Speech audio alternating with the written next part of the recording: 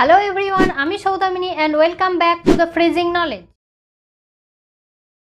ভারতীয় সংবিধানের article number 2 তে বলা রয়েছে নতুন রাজ্যের অন্তর্ভুক্তি বা স্থাপনা সম্পর্কে, অর্থাৎ সংসদ যেরূপ উপযুক্ত বলে মনে করবেন সেই রকম কতকগুলি প্রতিবন্ধ ও শর্তের অধীনে নতুন রাজ্য সংঘভুক্ত বা স্থাপন করতে পারবেন। ভারতের মধ্যে অবস্থিত কোনো অংশকে রাজ্য বলে নির্দিষ্ট করতে পারবেন। এছাড়াও ভারতের অংশ নয় এমন কোনো স্থান যদি ভারতের সঙ্গে যুক্ত হতে চায় সেটাকে ভারতের রাজ্য বলে ঘোষিত করে ভারতের মধ্যে সংঘবদ্ধ করতে পারবেন।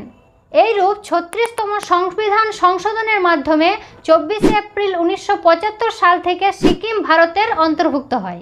এরপর আসি আর্টিকেল নাম্বার 3-তে। ভারতীয় সংবিধানের আর্টিকেল নাম্বার 3-তে বলা রয়েছে নতুন রাজ্যের গঠন বা বিদ্যমান কোনো রাজ্যের আয়তন, সীমানা বা নাম পরিবর্তন করতে পারবে।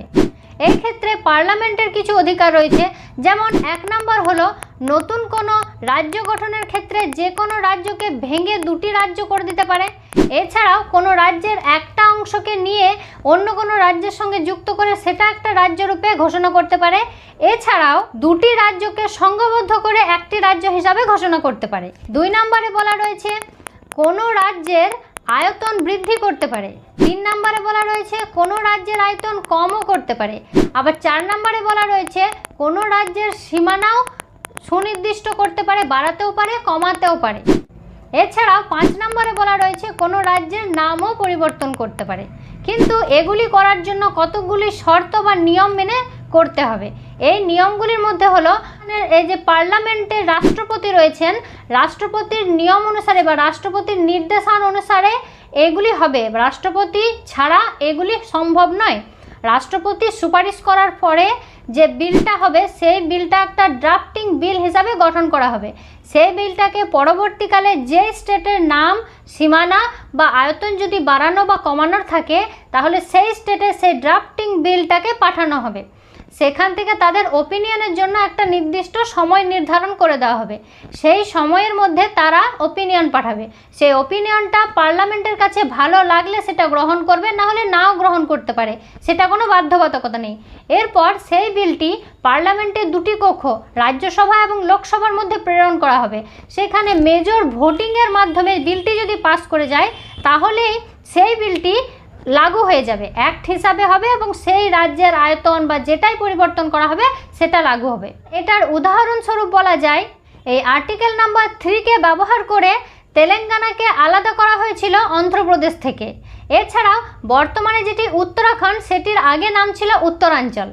এই আর্টিকেল নাম্বার 3 ব্যবহার করে এই সকল পরিবর্তন করা সম্ভব। এরপর আসি আর্টিকেল নাম্বার 4-এ।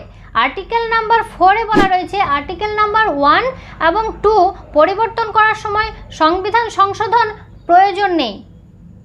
অর্থাৎ আর্টিকেল নাম্বার 1 এবং 2 যখন পরিবর্তন হবে তখন অটোমেটিক্যালি শিডিউল নাম্বার 1 এবং শিডিউল নাম্বার 4 চেঞ্জ হয়ে যাচ্ছে।